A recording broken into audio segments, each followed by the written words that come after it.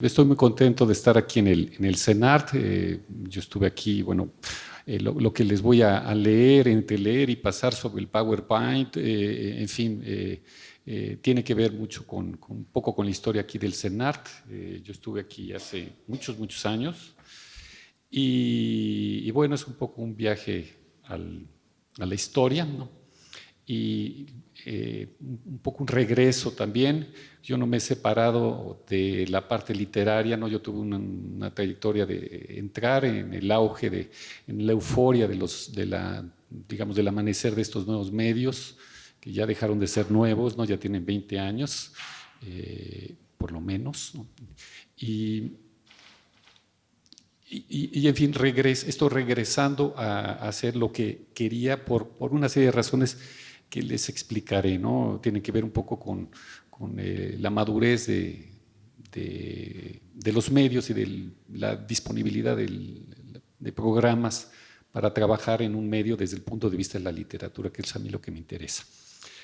Bueno, quería empezar yo precisamente con esto. No sé si a quienes les hace sentido y a quien no. No sé si los millennials utilizaron ese libro o no, si les dice algo o no. Es un viejo libro de álgebra, ¿no? El Baldor, y todo el mundo lo identificaba por este turbante, ¿no? Entonces, pues, el chiste, ¿no? Digamos, me gustaría que saliera la película de Baldor nada más para ver quién se atreve a decir que le gustó más el libro, ¿no? Es obvio que esto es dicho por gente de las humanidades, ¿no? Y bueno, aplauden y dicen, pero yo creo que es un poco triste, ¿no? En que la desconexión sigue existiendo entre las áreas duras, las ciencias, lo que sería matemáticas, programación, una concepción, digamos, física del mundo, y lo que son las humanidades, ¿no? Yo tengo un pasado de ingeniero industrial, ¿no? Entonces pasé por ahí y yo tengo esta vivencia. Para mí ha sido medio dramática, ¿no? Pero cuando veo esto, pues sí, me da risa también, pero al mismo tiempo me da un poco de tristeza, porque quiere decir que la brecha sigue existiendo, ¿no? Y se sigue utilizando como retórica para cualquier cosa, ¿no? En fin, voy a dar lectura. Dice así: el ingreso de nuestro país a Internet se dio en 1989 y tuvo un crecimiento lento y larvario hasta 1995, año en que se aceleró su utilización hasta estallar como noticia mediática de un fenómeno al que se le debía prestar atención, pues anunciaba transformaciones que serían contundentes incluso para los propios medios. Entonces, la comunicación vía correo electrónico salió de las universidades y los organismos gubernamentales para alcanzar un público mucho más amplio. Los periódicos comenzaron a tener versiones digitales y público para ellas, y se iniciaron las primeras páginas electrónicas independientes, de las cuales solo sobrevivirían algunas pocas, transformándose más tarde en portales, blogs, o permaneciendo a la deriva digital como barcos fantasmas. Fueron los tiempos en los que el ruido de la conexión de un módem era emblemático de la ventana instantánea y ubicua en que se había convertido el medio, al grado de que se le comparaba con el Aleph borgiano, cosa que se sigue haciendo, ¿no? Tiempos en que la velocidad con que bajaban algunas imágenes era tan lenta y accidentada que impacientaba, aunque con la impaciencia aferrada de quien asiste al espectáculo de un striptease.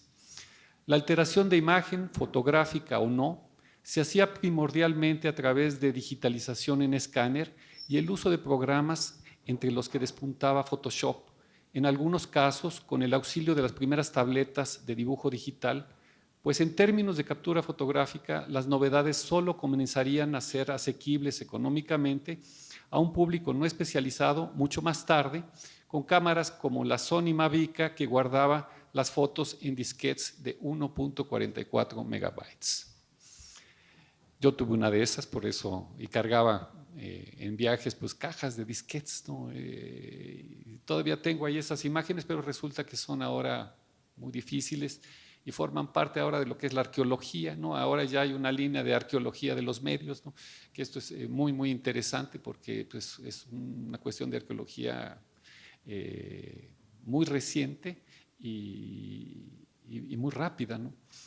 Fue justamente en esas fechas cuando el Centro Nacional de las Artes, inaugurado en noviembre de 1994, comenzó a abrir brecha en la creación digital con el apoyo de un programa estatal a través de su centro multimedia. El proyecto, elaborado por Andrea Di Castro, su primer director, acogió a mucha gente, entre quienes hoy vuelvo a ver con gusto a Humberto Jardón, también artista plástico como Di Castro, y ofrecía, entre otras cosas, tiempo máquina en computadoras Mac, cursos sobre temas como tipografía digital y narración hipertextual, experimentación con realidad virtual y elaboración de lo que entonces empezó a llamar electrografías, infografías y otros muchos nombres que comenzaron a circular. De hecho, es sintomático que el centro multimedia se llame así, pues la palabra multimedia, aplicada a lo más avanzado en tecnología, es justo de esa época. Hoy sabemos que los cambios reales y el furor terminológico ha puesto a circular polémicas en que se cruzan indefectiblemente adjetivos preexistentes como intermedia, que viene de la década de 1960 con el contestatario Intermedia Arts de Higgins, con otros más recientes como crossmedia y transmedia, que curiosamente cierran la brecha de arte versus publicidad y consumo. Los tiempos, sin duda, han cambiado y la importancia de las artes electrónicas en México ha crecido con la contribución del Centro Multimedia. Estuve en el Centro Multimedia alrededor de aquellos años iniciales, asistí a algunos cursos y trabajé con Lorena Mata, mi hermana, en la articulación de imágenes digitales suyas con poemas míos. A la par, organizaba con Gustavo Jiménez la página Horizonte de Poesía Mexicana. Aquí está Gustavo conmigo, que me da mucho gusto que esté aquí entre el público, porque pues, son aquellos años en que teníamos una gran ilusión, ya pasaron 20. Horizonte de Poesía, lanzada en 1996, una de las primeras antologías virtuales de poesía mexicana. Ahí no resistí la tentación de incluir algunas de las composiciones que realicé con Lorena en una pequeña sección de poemas breves que se llamaba Láctea Vía, en la cual logré añadir otros poemas conectados a imágenes ya en 2011, con los que me asomaba a la poesía hipertextual. Miren, esta es la página tal cual es, ¿no? Nos costaba, realmente era algo muy difícil, incluso encontrar gente que se dedicara a edición electrónica era complicada, la hacíamos nosotros, el diseño de las páginas lo acabamos aprendiendo HTML, en fin, fue todo un periplo. Y bueno, aquí están las imágenes, ¿no? Esos son los poemas, ¿no? Si ustedes pueden ver, las imágenes hoy serían criticadas, ¿no? Tienen algunos defectos, ¿no? Y son defectos que en ese entonces tenían un valor estético, ¿no? Encontraba uno algún error, ¿no? Y decía, pues se ve bien, ¿no? Es como ahora que se utiliza lo que se llama glitch, no sé si le suena la palabra. El glitch se utiliza con una función estética y en un momento dado era un problema técnico, ¿no? Entonces el problema técnico de repente se convirtió en un artefacto estético, ¿no? En parte de una retórica nueva que tiene que ver con los nuevos, con la escritura en medios electrónicos, ¿no? Sin embargo, algo me decía que existían distancias entre lo que consideraba poesía en ese entonces, lo que parecía el mecanismo hipertextual que había ido aprendiendo, y lo que sería pura y llanamente el espectáculo textual, es decir, centrado en el texto o el espectáculo artístico rodeado de texto. Parece esto un trabalenguas, ¿no? Lo que quiero decir es que había como un énfasis en una fascinación por la tecnología que lo que hacía era supeditar el texto a la tecnología, y con lo que se cae frecuentemente a lo que es el gadget, ¿no? En la aceptación de la tecnología por per se, ¿no? Porque se hacen las cosas de una manera tecnológica, a pesar de que no tiene ninguna novedad estética, ¿no? Esta es una adaptación de uno de los poemas, ¿no? Esta era una imagen GIF animada, ¿no? Les estoy diciendo, pues esto es de 1900, esto es de 2000, perdone, ya es 2000 y tantos, no recuerdo bien la fecha, ¿no? No obstante estas vagas dudas, continué por lo que considero hoy que es videopoesía, y con Lorena y algunos amigos produje 2 piezas. La primera fue Circuito Nocturno, creado a partir de imágenes fotográficas del acervo Manuel Álvarez Bravo de Televisa y exhibido en Casa Lama en 2001, y más tarde Vestigios en la Caverna, instalación de imágenes digitales, video y poesía, montada en 2003 aquí en la Galería de Arte Binario del Centro Multimedia. Ambos videos los acabé reuniendo, este es el otro, no sé si pasarlo, este es Circuito Nocturno, este es el que estuvo aquí en la galería, perdón, este es el que estuvo aquí en la Galería de Arte Binario. Lo voy a poner brevemente.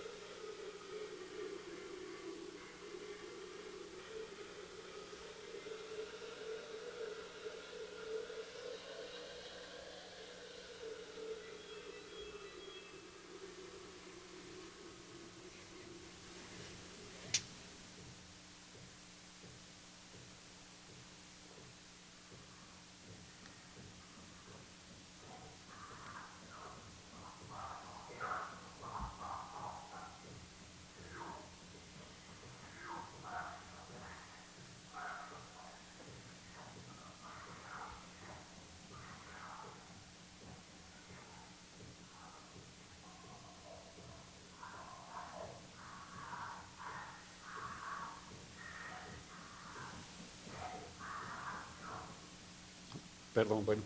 Bueno, lo voy a interrumpir. Si quieren ustedes verlo, pueden verlo en el blog. Creo que lo que quiero decir está completo, no tiene caso detenernos demasiado en eso, más bien vamos a ir por el lado de la discusión. El otro ya lo vieron un poco, lo que yo quisiera subrayar en este otro es el tipo de música, ¿no? Y la ambientación que va creando y el tipo de imágenes que tiene y la articulación de las imágenes como se da. Hay imágenes de Álvarez Bravo, hay imágenes de mi hermana, y el poema lo hicimos entre Elizabeth Culberson y yo.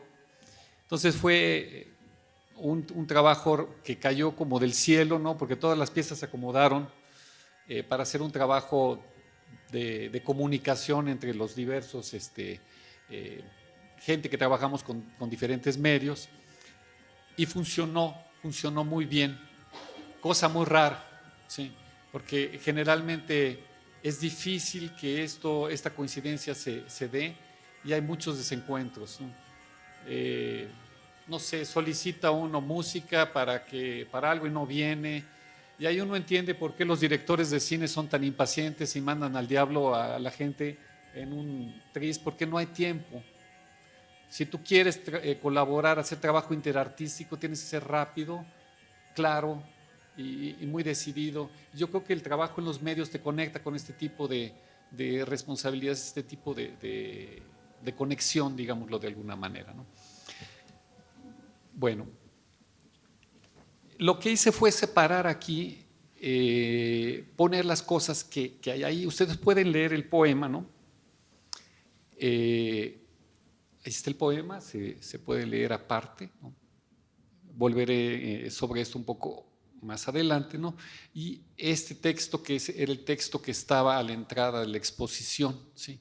Es un texto que sirve para una instalación, ¿no? La instalación era un cuarto oscuro en donde se entraba por un corredor y se llegaba a una sala, había un puff y uno en la oscuridad contemplaba aquella cosa, ¿no? El otro también, aquí está separado el poema, había una explicación en la exhibición, y voy a volver más adelante a comentar los poemas, pero quería yo remarcar que las cosas estaban separadas. Bueno, aquí voy a continuar la lectura. Veo que comienzo a ponerme autobiográfico, pero no hay escapatoria. Es difícil hablar del momento creativo sin haber participado en él. Además, estos antecedentes son necesarios para ubicar el lugar desde el cual me dispongo a hablar ya de una manera general y no solo de mi trabajo poético. En primer lugar, cabe preguntarse, ¿es esto poesía electrónica, ciberpoesía, netpoesía o cualquier otro nombre que se le dé al supuesto nuevo género? ¿En qué consiste este nuevo género que inquieta y busca una definición, y cómo y por qué llamarlo de una determinada manera? Hagamos entonces una pausa y revisemos algunos conceptos. La terminología utilizada para referirse al fenómeno poético en los medios digitales ha causado y sigue causando controversia. Como problema de género es de una inmensa complejidad si lo comparamos con otro muy conocido, el de la prosa poética versus el poema en prosa. Hay muchas razones para utilizar un término o para descalificar a otro. Si consideramos que la confluencia entre literatura y computación existe desde 1959, según Álvaro Seiza, año en que apareció Stochastic Texts de Theo Lutz, un artículo que investigaba la generación de texto mediante operaciones permutacionales realizadas por un programa sobre el castillo de Franz Kafka, tenemos más de 50 años de intentar nombrar y definir un fenómeno que, además, ha venido transformándose a una velocidad impresionante. Podríamos decir que los siguientes factores son considerados en la búsqueda de una definición. Materiales y medios y herramientas utilizadas para su creación. Lenguajes artísticos involucrados, letra, imagen, movimiento, sonido. Escenarios, foros de circulación, exhibición. Ahí tenemos net poetry, ¿no? Por ejemplo, o net art, ¿no? Tiene que estar en la net, ¿no? Relación con otras artes en medios similares, paralelos o que se traslapan, por ejemplo, poesía sonora, poesía visual, videopoesía que acabo de mencionar, y en relación con la poesía tradicional publicada en papel, ¿no? Eso también es importante, es un tema constante, ¿no? Al hablar de los PDFs, si se leen los PDFs, si yo quiero tener el librito en mis manos para sobarlo, rayarlo o hacerle lo que quiera, ¿no? Sin embargo, nada de esto es suficiente para estabilizar una definición del género, aunque el ejercicio es productivo porque engendra reflexiones sobre un campo de creación abierto y múltiple. No veo una utilidad inmediata y práctica en estos enfoques puramente materialistas, pues hay otros rasgos que no suceden en los elementos anteriores y que parecen muy bien delimitados. Además, y al mencionar esto hago un pequeño paréntesis, hay problemas de otros órdenes que dificultan delinear el género, problemas que trato de esbozar en las siguientes observaciones. Es suficiente, por ejemplo, señalar que es una poesía inmaterial, hecha de impulsos electrónicos o que en su realización participa un cerebro electrónico que manipula procesos aleatorios a supervelocidad. Tras la multiplicidad terminológica, frecuentemente se esconde la actitud pionera del artista de vanguardia o del crítico en su deseo por crear un copyright.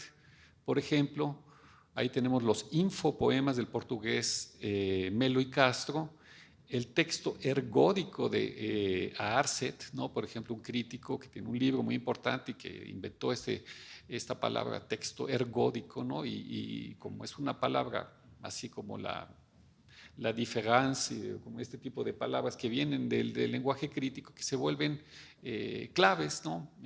Como lo fue multimedia en algún momento, ¿no? Como lo fue la posmodernidad, en fin. Entonces, pues inventar poemas y darles un nombre, pues es algo común, es un gesto de cualquier vanguardista lo va a hacer, ¿no? Los poetas concretos lo hicieron, el poema concreto lo hicieron, los poetas concretos brasileños lo hicieron, pero la poesía concreta, pues como fenómeno, pues también había una poesía concreta alemana, y había una poesía concreta suiza, y había una poesía concreta mexicana también, ¿no? De hecho, lo que hizo Ulises Carrión, y ahora que Ulises Carrión lo tenemos en andas para acá y para allá, ¿no? Que hizo cosas muy importantes, pero otras tampoco. Yo creo que está exagerado un poco lo que se está tejiendo alrededor de él, ¿no? Bueno, ese es un punto. La relación entre producción artística y su crítica puede pervertirse y dejar de ser simbiótica y verdaderamente dialógica. Es decir, la crítica puede suplantar a la creación artística sin lograr, en contraparte, convertirse ella misma en creación artística, como sucede con muchos ejemplos de arte conceptual. Si ustedes leen bien esta frase, es bastante ambigua, porque puede verse el arte conceptual, puede ser peyorativa para el arte conceptual y puede no, ¿no? O sea, el arte conceptual puede estar bien hecho y aprovechar un concepto, ¿no? O puede estar, digamos, haciendo de este concepto algo inflado, ¿no? Inflando un concepto para utilizarlo, ¿no? ¿Qué tan poética es la poesía electrónica? Debemos entender el sustantivo como poesía en el amplio sentido de poiesis, ¿no? Estamos entonces hablando de arte electrónico. Ese es uno de los problemas de la poesía electrónica, de la escritura electrónica, que se confunde fácilmente con arte electrónico, ¿no? Y no que yo quiera poner una frontera, porque fronteras pues ya no las hay, sino que cuando se queda esta ambigüedad no hay conciencia de qué parte es la que está jugando papel protagónico en determinadas piezas y qué parte no. Hay algunos poemas, en fin, poesía visual, hay algunos poemas visuales, como los poemas proceso, por ejemplo, poesía signo, ¿no? También, en que lo que es más importante es la parte plástica, no la palabra, ¿no? Y en la poesía concreta como tal, ¿no? La parte lingüística es más importante, no es tanto la parte plástica, ¿sí? Bueno, los dos últimos puntos me parecen de primordial importancia, pues abordan el tema de la relación entre arte conceptual y poesía, en lo que se ha dado a llamar poesía conceptual. Volveré más adelante sobre ellos. Sobre los rasgos que no están representados por elementos materiales, puedo resumir los comentarios que hice en el ensayo Lirismo y Ciberpoesía, en donde abordo la cuestión de la reconfiguración del yo lírico como parte de una revolución poética que se dio a finales del siglo XIX en una serie de puntos. Aquí está. Entonces, tenemos estos puntos importantes para tratar de ver como una evolución, ¿no? El surgimiento de un lector creativo al que se le requería interactuar con la obra. Tenemos un golpe de dados de Mallarmé, las palabras en libertad y la imaginación sin hilos de Marinetti y los futuristas, los caligramas de Apolineri Tablada, la escritura automática surrealista, la poesía concreta brasileña, la obra abierta de Humberto Eco. Todo esto implica que nuestro lector o nuestro observador va a ser mucho más participativo, ¿no? Mi punto de vista es que a veces le cargamos la mano a la participación, ¿no? Y le decimos, ay, pues, ¿y qué es eso? No, pues ahí tú entiéndelo. Y entonces, bueno, se queda uno medio pasmado y dice, bueno, pero entonces, como dicen, para mí es importante la parte comunicativa, ¿no? La parte interpretativa, pues yo me puedo poner a ver las nubes e interpretar lo que se me dé la gana, ¿no? Pero no, el cielo no tiene ninguna intención de comunicarme, nada. Bueno, las ideas de poesía visual, poesía sonora y cinepoesía como expansiones de la poesía en papel existen hace prácticamente un siglo, si no es que más, ¿no? Poesía visual, pues hasta los códices bíblicos, etcétera, ¿no? Las reflexiones críticas en torno a la expansión del lenguaje poético alcanzan un punto culminante en la verbivocovisualidad de la poesía concreta brasileña, aprovechamiento de las dimensiones gráfico, espacial, acústico, oral y de contenido en la poesía para alcanzar la metacomunicación, simultaneidad de la comunicación verbal y no verbal, ¿no? El poema para los concretos era tensión de palabras, cosas en el espacio-tiempo, ¿no? Siguiente punto, los medios electrónicos lo que han hecho es refinar y facilitar la interacción entre los lenguajes artísticos, la interconexión sensorial y retroalimentar el ciclo de la reflexión crítica. Verbivocovisualidad y multimedia, ¿acaso no son designaciones afines, ¿no? Hablar de poesía expandida y de otras materialidades no se encuentra en el eje de prestar atención a la dimensión no verbal de la metacomunicación. Y entonces estamos hablando que esto pues, tiene ya 50 años o más también, ¿no? En las décadas de 50 y 60, las utopías y distopías de la técnica incorporan a la computadora y sus procesos como máquinas artísticas. Dibujos animados hechos por computadora, animaciones gráficas como en 2001 Odisea del Espacio, donde también se personifica a HAL 9000, la computadora que enloquece, ¿no? Las ideas de aleatoriedad y combinatoria son reforzadas. Raymond Queneau publica su libro combinatorio 100.000 millones de poemas en 1961 y Gabriel Said su ensayo La máquina de cantar. Octavio Paz su poema Blanco en 1968. Okay, ya me quedan 10 minutos, voy a cuidar de esto. Bueno, voy a ir resumiendo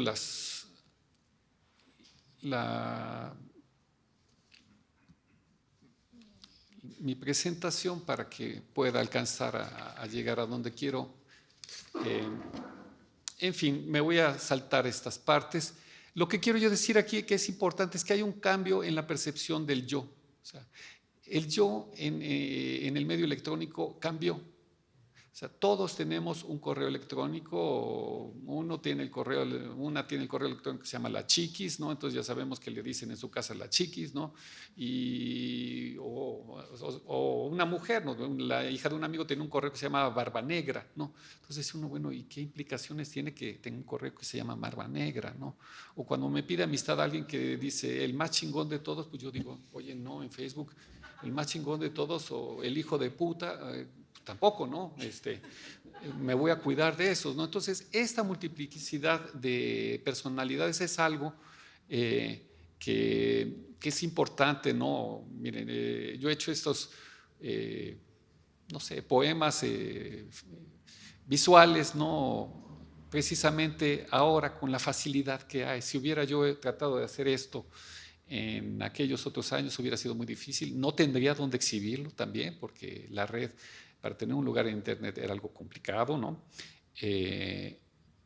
Aquí están estos otros, ¿no? Son parte de, los he utilizado yo como imágenes de identidad en internet, ¿no? Y son también juegos de copy-paste, ¿no? Son reformulaciones, rephrasing, le dice un escritor que está ahora, Kenneth Goldsmith, en un libro que se llama Escritura no creativa, ¿no? Que está de moda, ¿no? Pero es un libro que tiene algunas cosas que a mí no me parecen tan ciertas, ¿no? Pero volviendo a lo que les comentaba yo, este es uno de los aspectos importantes, el cambio del yo. Y el otro, sí, efectivamente, es la posibilidad de manipular texto y crear una especie de otra persona que está atrás de la computadora, ¿no? Los procesos aleatorios, la poesía combinatoria existe hace mucho tiempo también. También es de los años 50, 60. Blanco es un poema combinatorio. Pero ahora tenemos la facilidad de poner ese poema, esa combinatoria, ¿no? Hacerla funcionar con programación, ¿no? Y eso es lo que yo les quería mostrar ahora. Importante, voy a saltar, quería mostrarles que fue para mi gusto, es el primer poema escrito por un mexicano, ¿no? Es el primer poema que realmente cumple con mis expectativas, ¿no? De lo que es poesía electrónica. ¿Por qué? Porque incorpora aleatoriedad de una manera muy, muy interesante, ¿no? Les voy a mostrar entonces, primero vamos a ver el poema, ¿no? Y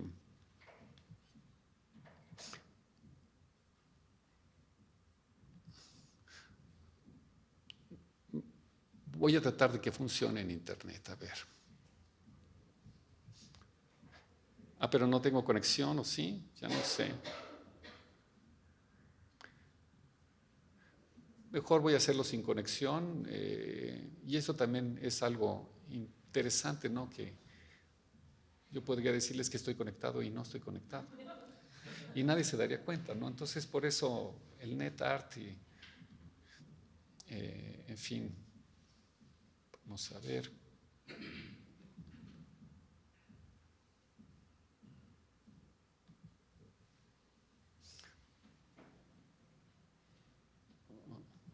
Okay.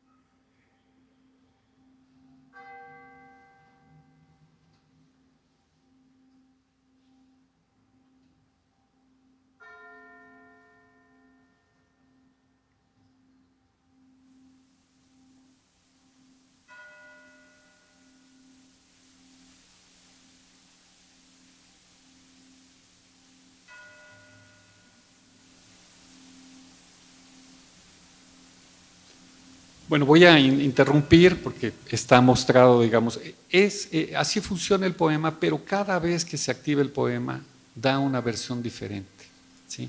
Y lo que quiero yo mostrarles es cómo está hecho y lo que implica que esté hecho de una cierta manera, ¿no?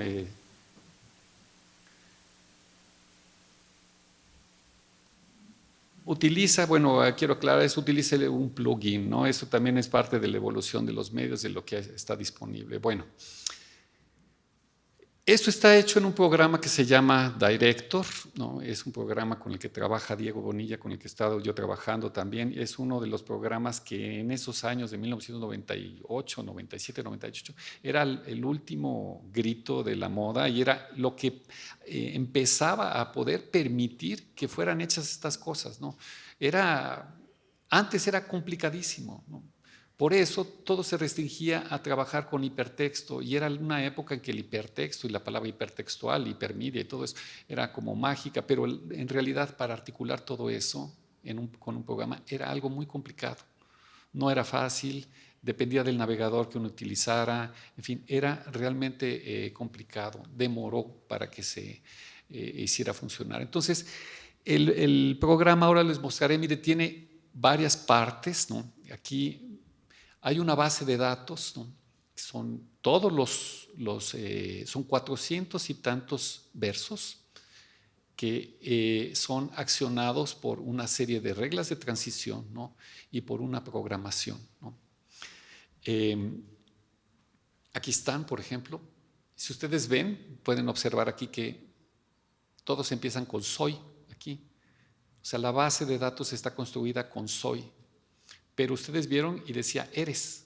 O sea, soy, eres, y hacía ese juego que era lo y la música también es una música medio hipnótica, una música también que es aleatoria. O sea, no es la misma. Está bien escogido, porque los tonos que están utilizados obedecen a una armonía y uno siente que hay algo, hay un tono musical en la presentación, ¿no? Aquí está, por ejemplo, estas son las reglas de combinación y uno puede ver cada uno de estos cruces y cada número es una instrucción para la computadora. Cada línea de estas corresponde a una línea, a un verso, ¿no? Entonces, por ejemplo, aquí tenemos en esta línea, en el verso 2, ¿no? Promotor, promotora. ¿Por qué? Porque si hay un cambio de sexo en la figura, porque estamos en español y hay género, ¿no?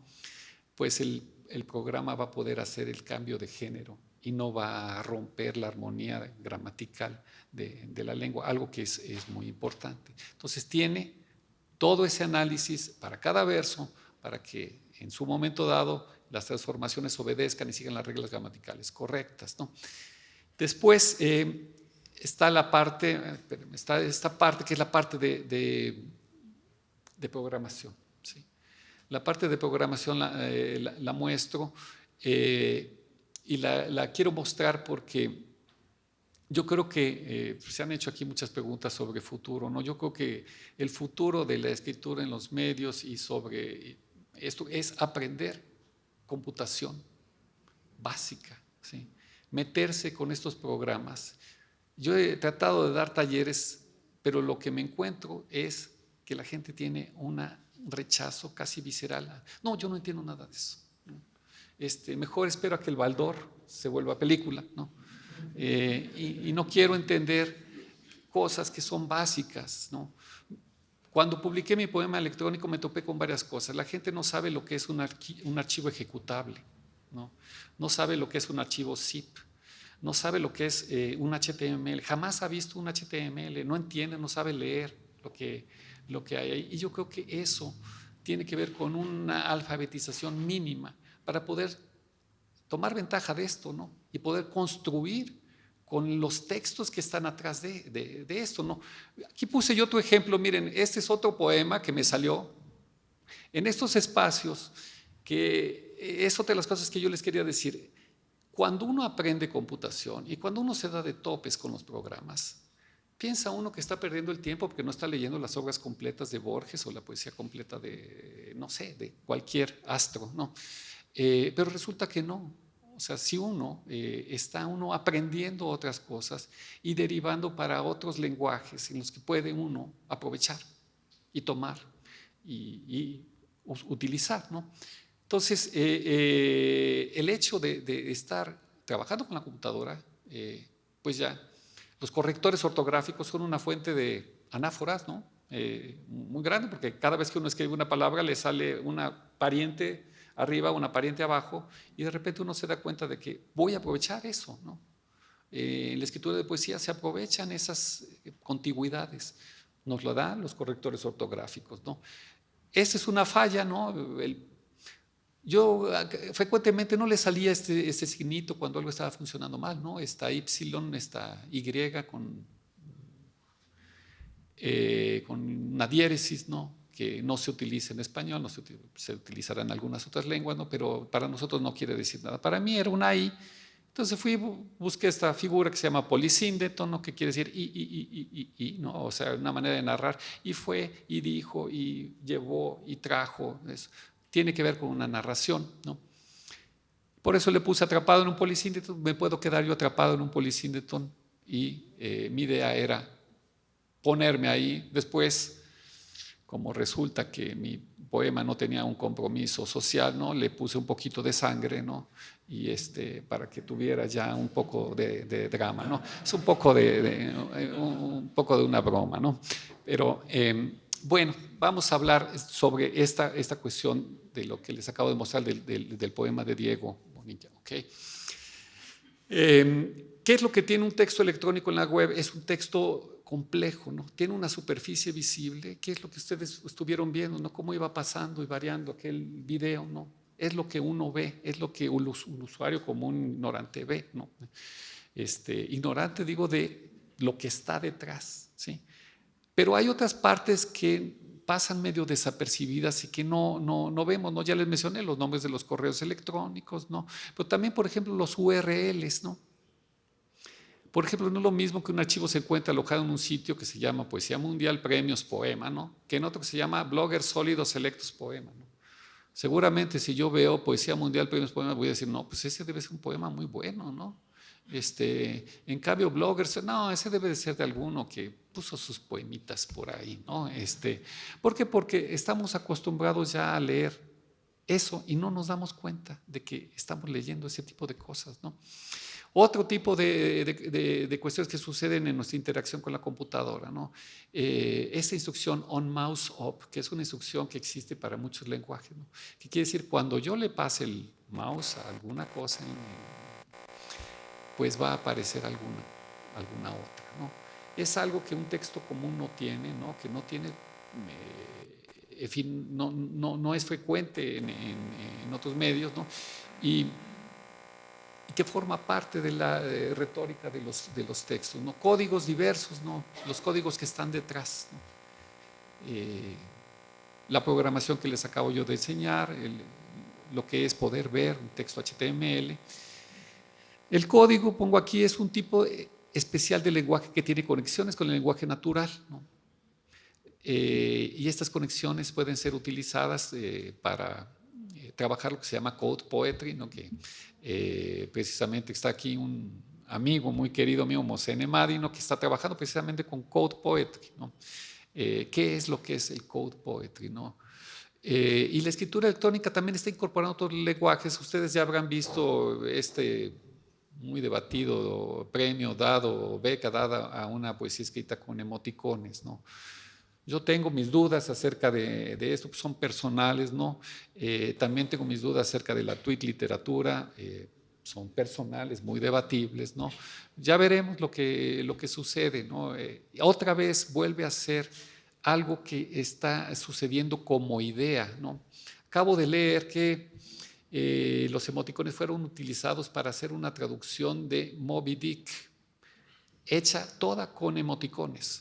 Yo no sé, o sea, como idea me parece muy graciosa, pero ustedes leerían Moby Dick con emoticones, o sea, se van a dar el trabajo de descifrar Moby Dick echándose un trago de no sé cuántos miles de emoticones. Yo creo que no, o sea, como idea está muy bien. Es otra vez algo de escritura conceptual, es poesía conceptual, ¿no? Porque lo que importa ahí es el concepto, ¿no?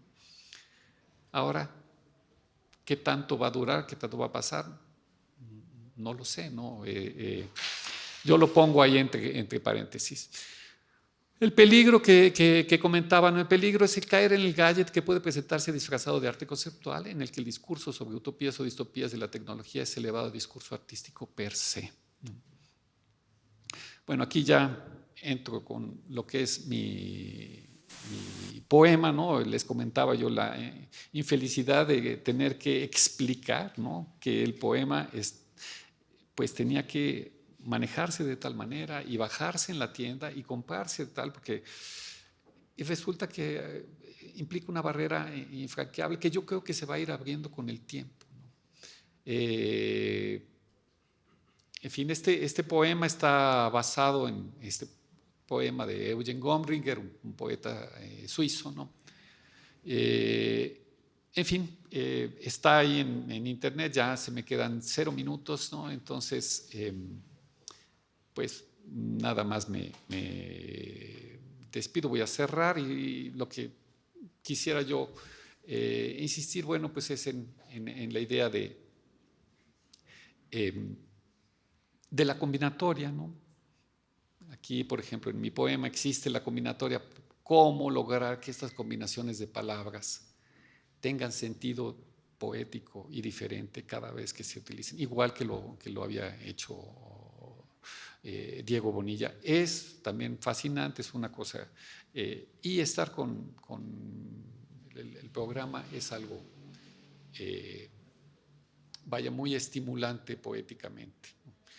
Pues hasta aquí, muchísimas gracias.